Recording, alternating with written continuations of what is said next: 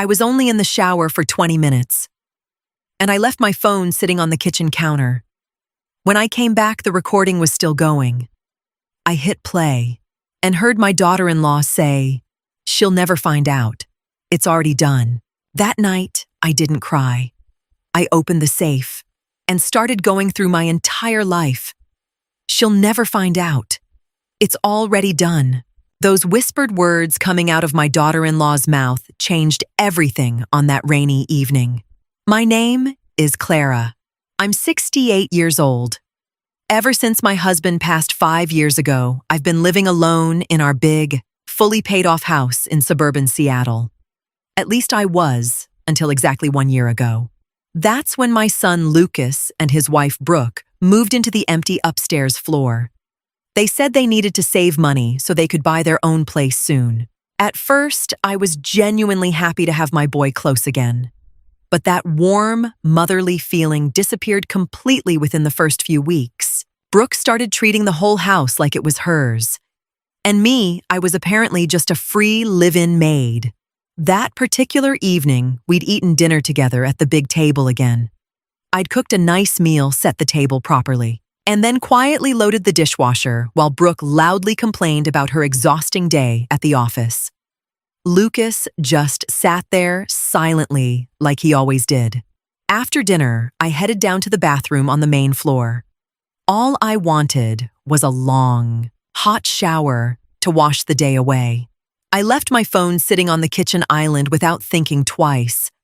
For the past few days, my voice memo app had been acting up randomly, starting recordings on its own. I'd been meaning to get it fixed. 20 minutes later, when I came back out, the kitchen was empty. I picked up my phone to check for messages and noticed the red recording light was still on. Curious, I tapped play. I figured I'd just hear the usual clinking of dishes. Instead, I heard Brooke's voice, low but dripping with smug satisfaction. She was on the phone, sounding extremely pleased with herself. "Yeah, the paperwork's all set. Lucas didn't even read it properly. He thinks it's just some normal tax thing. She'll never find out. It's already done. Next week, all that money will be ours." My hands went ice cold. My stomach twisted into a painful knot. What had my son signed? What money were they talking about? I didn't cry. A cold, crystal clear calm settled over me instead.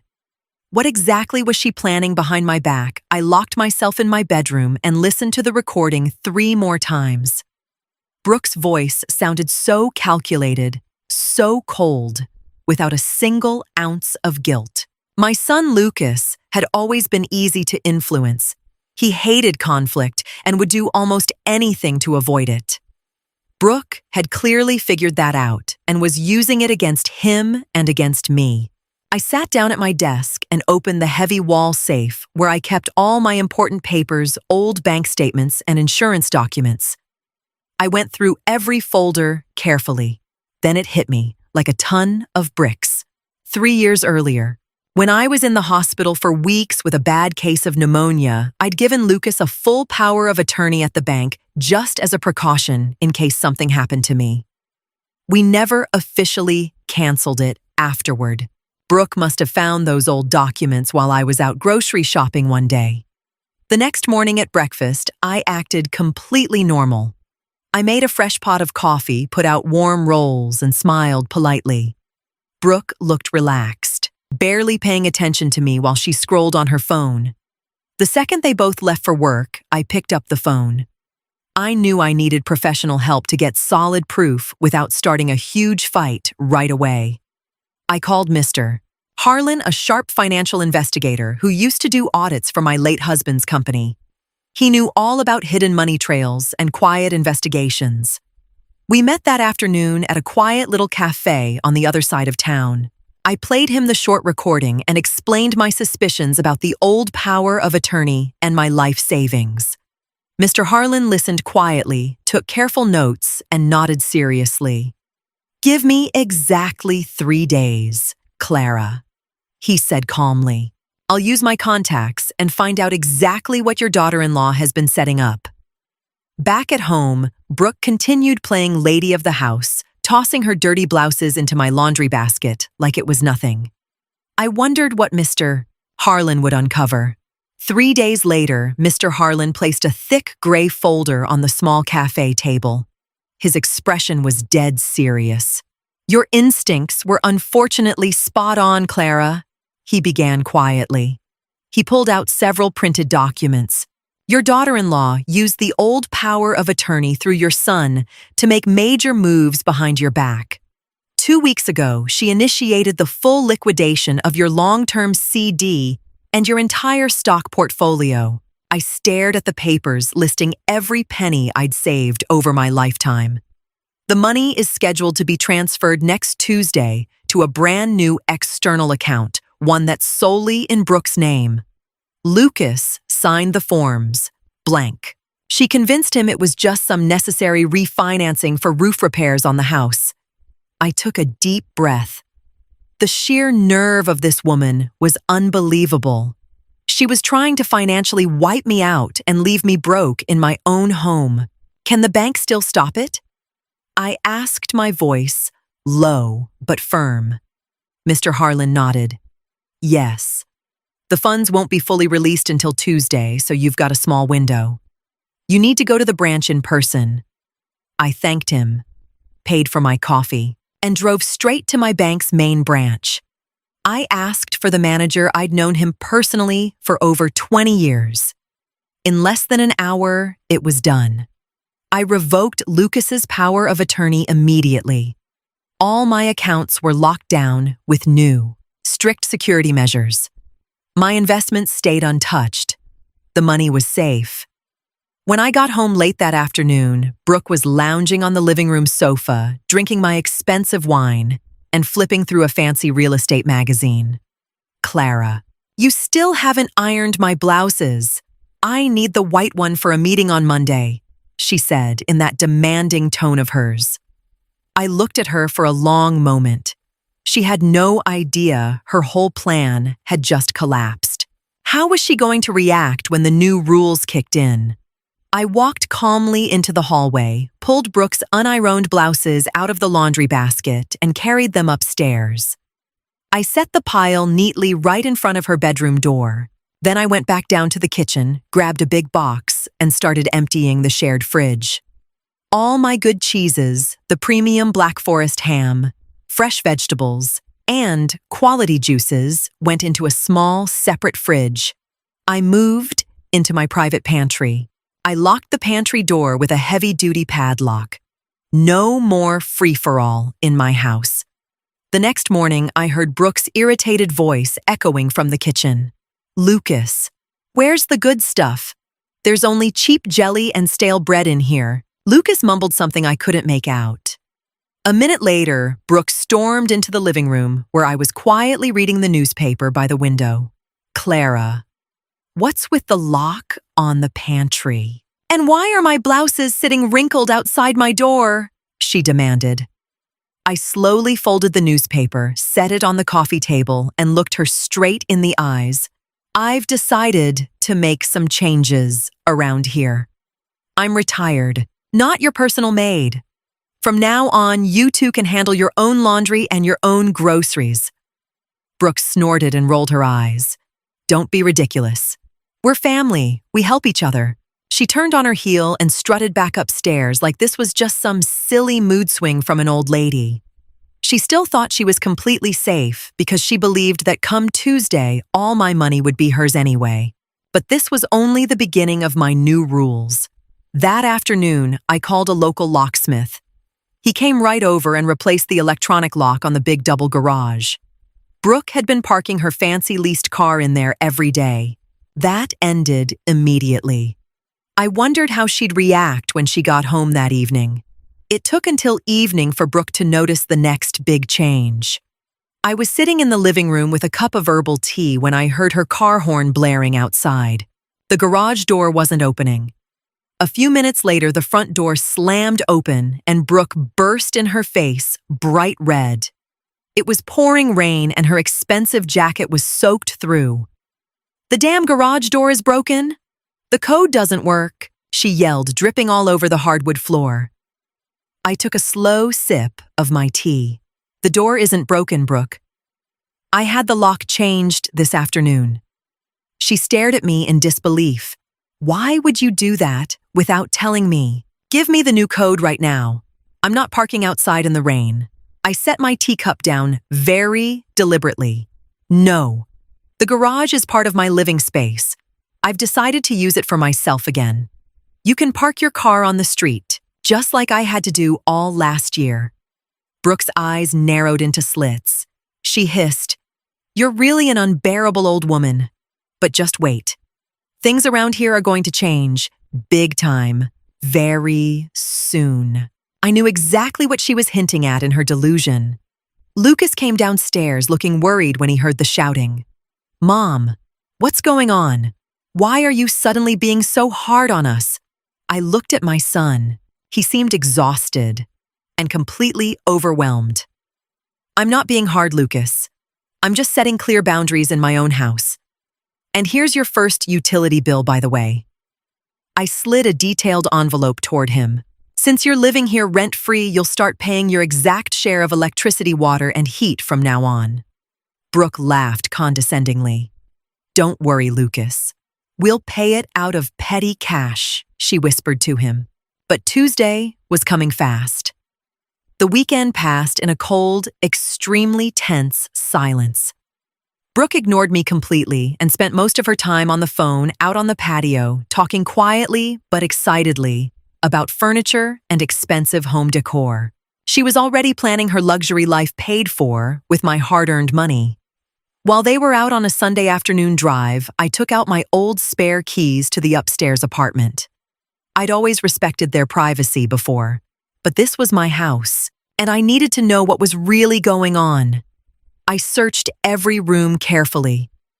In the home office, I found exactly what Mr. Harlan had warned me about: a signed preliminary contract for a high-end condo downtown. Buyer Brooke only. Lucas's name wasn't anywhere on it. She had planned to buy herself a luxury place with my money and leave my son behind. I took clear, sharp photos of every page with my phone, put everything back exactly as I found it, and went downstairs. I mentally prepared myself for Tuesday.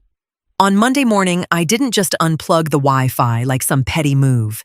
Instead, I logged into the router and throttled the speed for every device that wasn't mine, down to almost nothing.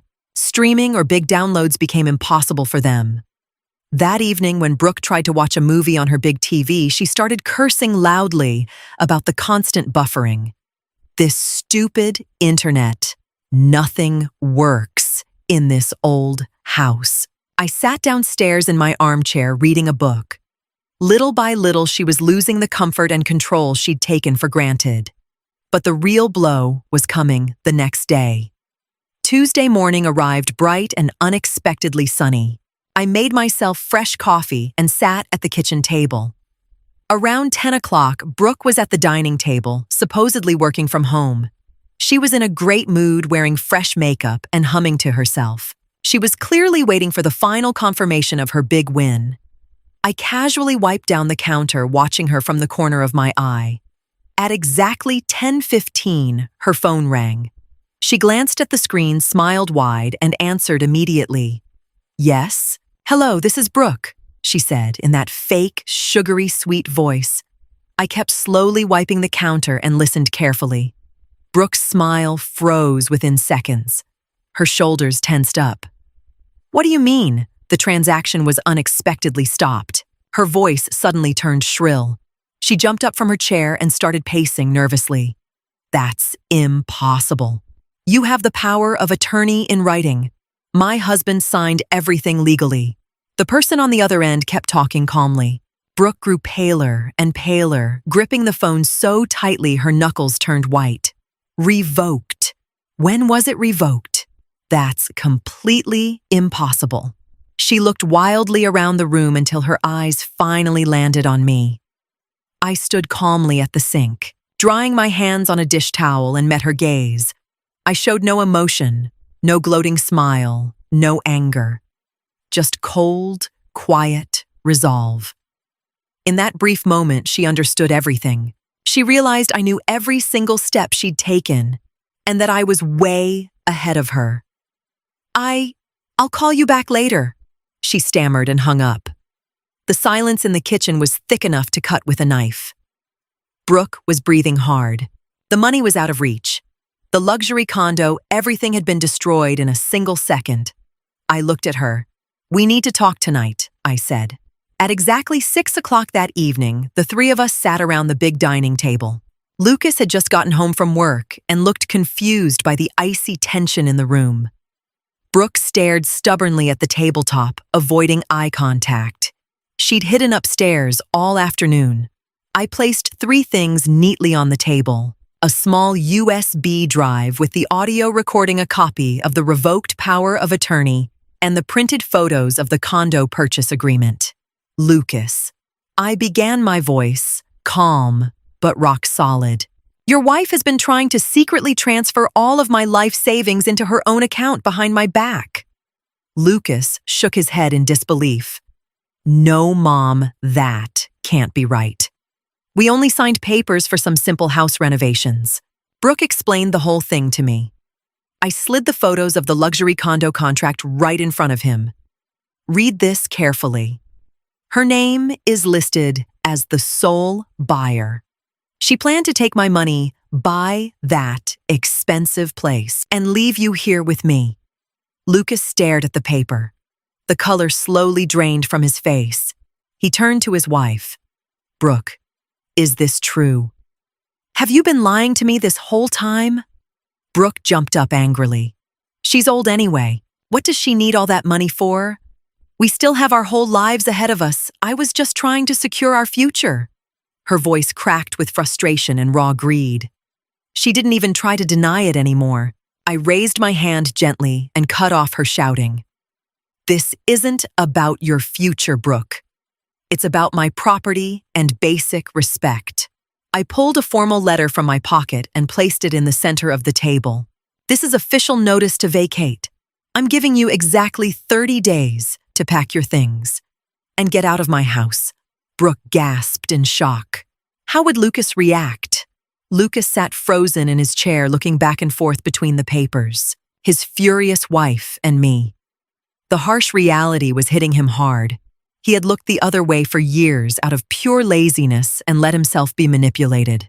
"Mom, please," he said quietly, his voice breaking. "We can figure this out somehow. We don't have money for a new place right now." I stayed completely firm. "You should have thought about that earlier. My decision is final. The 30-day notice starts today." Brooke slammed her hand on the table and screamed, "You can't just throw us out on the street. We have rights. We're your family." I looked at her with zero emotion. "You've already proven that family means nothing to you. You took advantage of my kindness.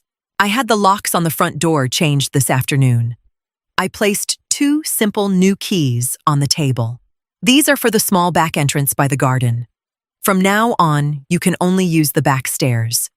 The main kitchen living room and front yard are off limits to you starting today." Brooke was seething. She grabbed her expensive purse and stormed out the back door without another word. Lucas stayed seated for a moment longer. "I'm so sorry, Mom. I was so blind," he whispered, ashamed. I nodded slowly. "Yes, you were, Lucas. It's time you finally learned to take responsibility for yourself." In the weeks that followed, the house became eerily quiet. Brooke completely ignored me while they frantically packed boxes.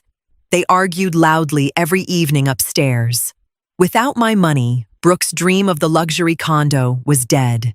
Instead, they had to look for a cheap rental apartment way out in the suburbs.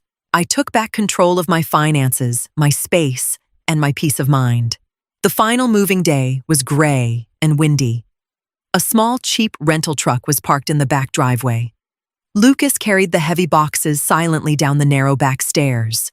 Brooke just stood there, angrily tapping on her phone and barking orders at him. She looked exhausted and completely miserable. The arrogant glow she used to have was gone. I stood at my living room window, watching calmly. I didn't feel any cruel satisfaction, but I didn't feel fake pity either. Just a deep, cleansing relief. When the truck was finally loaded, Lucas came to the front door one last time. He placed the 2 back door keys on the little hallway table. "We're gone." "Take care of yourself, Mom," he said softly, not quite meeting my eyes. "Take care, Lucas." "Wake up," I answered quietly. He gave a tiny nod and walked to his car. The old gate clicked shut behind them with a loud metallic sound. An incredible, peaceful silence settled over the big house. I walked through the spacious downstairs rooms. Sunlight streamed through the big windows onto the familiar furniture. Everything was mine again. No one would tell me what to do anymore. No more wrinkled blouses, no more snide comments, no more secret phone calls. That afternoon, I made myself a fresh cup of coffee and sat out on the patio, letting the cool breeze wash over me. I hadn't let myself be treated like a helpless victim. I had drawn my boundaries loud and clear and protected my life with calm, practical actions. No police, no lawyers needed. Next week, I'd book a trip, maybe up to the mountains. Just for me. I took a deep breath of fresh air and smiled, a real, genuine smile for the first time in months. The house might be empty now, but it was my safe home again. And I was finally completely free. Sometimes betrayal doesn't come from strangers. It comes from the people living under the same roof as you. And boundaries don't have to be loud. They just have to be clear enough that no one dares cross them.